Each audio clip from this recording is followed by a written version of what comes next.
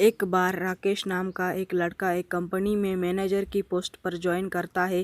Company का director खुद राकेश को न्यू ज्वाइनिंग करने के उपलक्ष्य में बधाई देता है और राकेश को उसका केबिन दिखाता है। इसके बाद राकेश अपने केबिन में बैठ जाता है। कुछ देर बाद एक पियोन राकेश को पानी की बोतल देने आता है। वह राकेश को पानी की बोतल देते समय कहता है कि लो बेटा पानी की बोतल। इस पर राकेश गुस्सा हो जाता है और कहता है कि तुमको कंपनी के मैनेजर से बात करने की तमीज़ नहीं है। यह बेटा क्या होता है, तुम्हें मुझे सर कहकर बुलाना चाहिए।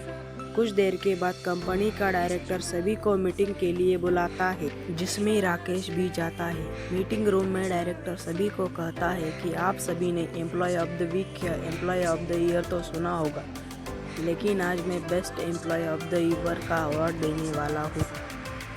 इसके बाद वह शुक्ला जी को बुलाता है। शुक्ला जी वह पियोन होते हैं।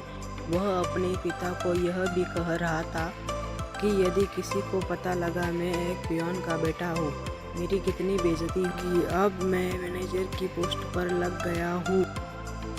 मीटिंग की थोड़ी देर बाद best employee of the year का अवार्ड राकेश को दिया जाता है, लेकिन डायरेक्टर कहते हैं कि यह अवार्ड तुम्हारे पापा के हाथ में तुम्हें दिया जाएगा।